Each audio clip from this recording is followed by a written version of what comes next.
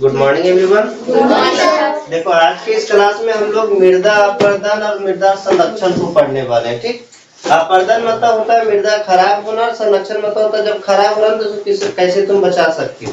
इधर जो ये डायग्राम दिख रहा है इसमें बचाने का तरीका बताया गया है और इधर ये जो दिख रहा है ना कैसे खराब होता है ये बताया गया है। ठीक, तो सबसे पहले समझो कि मृदा अपरदन किसको बोलते हैं। तो मृदा का जो सक्रिय परत है, सक्रिय परत किसको बोलते हैं? जो ऊपर वाला परत है, क्योंकि उसी पे जो है ना फर्टिलिटी होता है, जो ऊपर वाला सतह होता है वहीं पे जो है ना फसल वगैरह उगता है।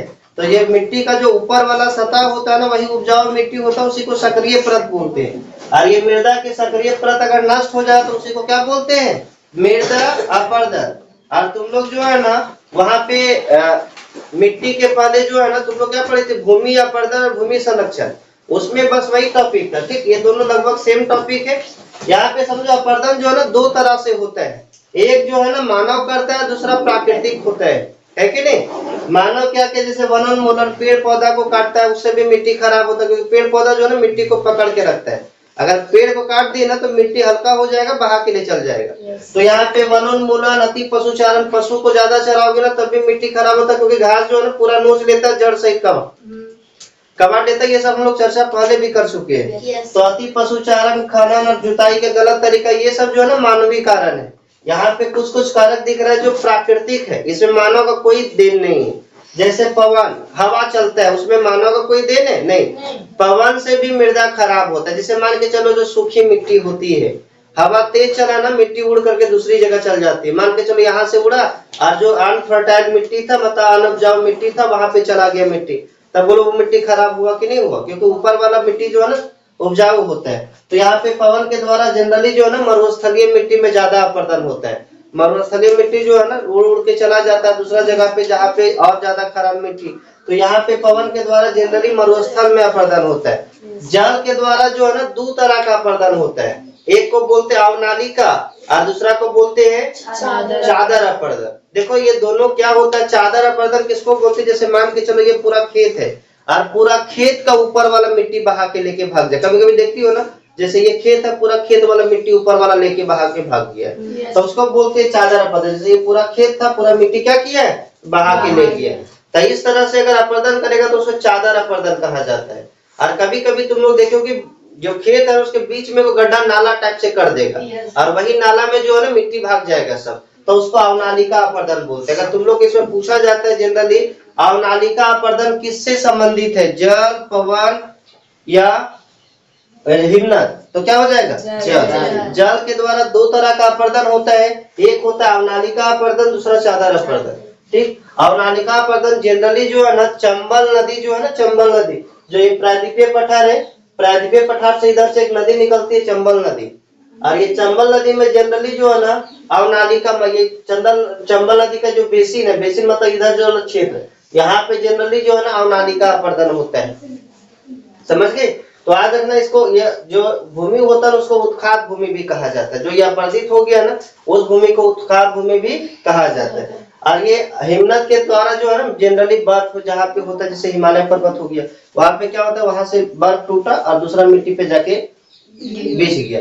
तो जो जिसपे बिछा उसमें हो सकता है फसल लगा हो या मिट्टी हो, वहां पे जितना दिन तक रहेगा वो मिट्टी खराब हुआ, तो उस तरह से हिमनद के द्वारा अपरदन होते हैं। ठीक, तो यहाँ पे तुम लोग देखिए अपरदन का कारण एक मानवीय कारण था और दूसरा क्या था? प्राकृतिक कारण। अब मानवीय कारण में जो है इसको बचा कैसे सकते? तो इसको बचाने का तरीका बताए थे कि अगर काट रही पेड़ तो पेड़ ज्यादा से ज्यादा लगाओ, अति पशुचारण को कम से कम करो। ये सब जो है ना बचाने का तरीका था, पहले भी हम लोग पढ़ चुके थे। लेकिन यहाँ पे कुछ और तरीका है जिससे तुम मिट्टी को क्या कर सकती हो? बचा सकती हो। जिसमें पहला है सीढ़ीदार खेती या सोपान कृषि भी बोलते हैं। सीढ़ीदार खेती क्या होता है? जैसे कोई पर्वत वाला इलाका है, इससे अब यहाँ पे बोलो कोई खेती करना चाहता है, वो खेती कर पाएगा नहीं, क्योंकि यहाँ पे अगर मान के चलो हल चलाओ जाएगी तो हो सकता है कि बैल नीचे आ जाए या तो कोई आदमी गुड़ा के गिर जाए। यहाँ पे पानी तो ठहरेगा नहीं, है कि नहीं?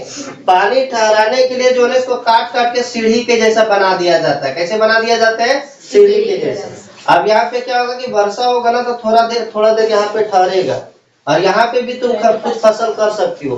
तो इस तरह से क्या होता है कि तुम मिट्टी को भी बचा सकते हो, तो इसको सीढ़ीदार सोपान खेती बोलते हैं। इस तरह से यहाँ पे क्या कर सकती हो? खेती कर सकती हो। दूसरा क्या होता है? पट्टी कृषि। पट्टी कृषि किसको बोलते हैं? तो तुम जानते हो यहाँ पे जैसे मान के चलो एक बड़का सा खेत है, यहाँ पे अलग अलग तरह का फसल लगाओ, जैसे यहाँ मक्का हो गया, यहाँ पे गेहूं हो गया, नीचे कुछ धनिया लगा दो, इसके नीचे फूलगोभी लगा दो, इधर जो है ना चावल लगा दो। इस तरह से क्या होगा, जैसे हवा चलेगी ना, जैसे सब एक सेम साइज का रहेगा तो हवा चलेगा तो सब पे प्रेशर पड़ेगा, लेकिन एक छोटा एक बड़ा रहेगा तो हवा का गति में रुकावट आएगा। जैसे मान के चलो मक्का है तो पूरा मक्का रोका, जैसे आगे बढ़ना चाहेगा तो नीचे फसल है, अब वो फसल में कुछ इफेक्ट नहीं करेगा, क्योंकि फसल जो हवा है ना पूरा सीधा सीधी जाएगा, वो नीचे गया तो इसे उठने बैठने में क्या होगा कि हवा का क्या होगा, गति धीरा हो जाएगा, और जब गति धीमा हो जाएगा तो यहाँ पे मिट्टी को ज्यादा उड़ा के नहीं भाग सकता है। तो इस तरह से पट्टी कृषि जिसको क्या बोलते हैं, स्ट्रीम क्रॉपिंग, ये जो है ना इस तरह से तुम करोगे तो मिट्टी क्या होगा, बचेगा। तीसरा है रक्षक मेखला। रक्षक मेखला किसको बोलते हैं, जैसे ये पूरा खेत है, खेत के चारों तरफ जो आयर होता है ना उसमें छोटा छोटा पौधा लगा दो, तो क्या होगा, जैसे पौधा जब ये आयर जो होता है ना टूट जाता है, मिट्टी भाग जाता है, या तो जल के कारण या हवा के कारण, है कि नहीं, सूख जाएगा तो मिट्टी उड़ के चला जाएगा, या तो पानी खूब ज्यादा जाएगा तो आयर तोड़ के मिट्टी भाग जाएगा। अगर तो यहाँ पे छोटा छोटा पौधा लगा देती है ना तो ये पूरा आयर को पकड़ के रखा है, अब यहाँ से ना तो मिट्टी भागेगा बहा करके, ना ही हवा के द्वारा कोई यहाँ से मिट्टी उड़ेगा, क्योंकि यहाँ पौधा है, हवा चलेगा भी ना तो पौधा क्या करेगा, वहां पे हवा के प्रेशर को कम करेगा और मिट्टी को भी उड़ाने नहीं देगा। तो ये रक्षक मेखला द्वारा जो है ना शेल्टर बेल्ट जिसको बोलते हैं, इस तरह से भी मिट्टी को क्या कर सकती हो, बचा सकती है। और लास्ट है समुच रेखीय जुताई। समुच रेखीय जुताई किसको बोलते हैं, जैसे तेरा खेत इस तरह से, अगर तुम इसी तरह से जोत दी ना तो मिट्टी और ज्यादा बह जाएगा, क्योंकि ये नाली पहले से बना दी है, मिट्टी और ज्यादा बह जाएगा। तो यहाँ पे जोतना कैसे चाहिए, इस तरह से।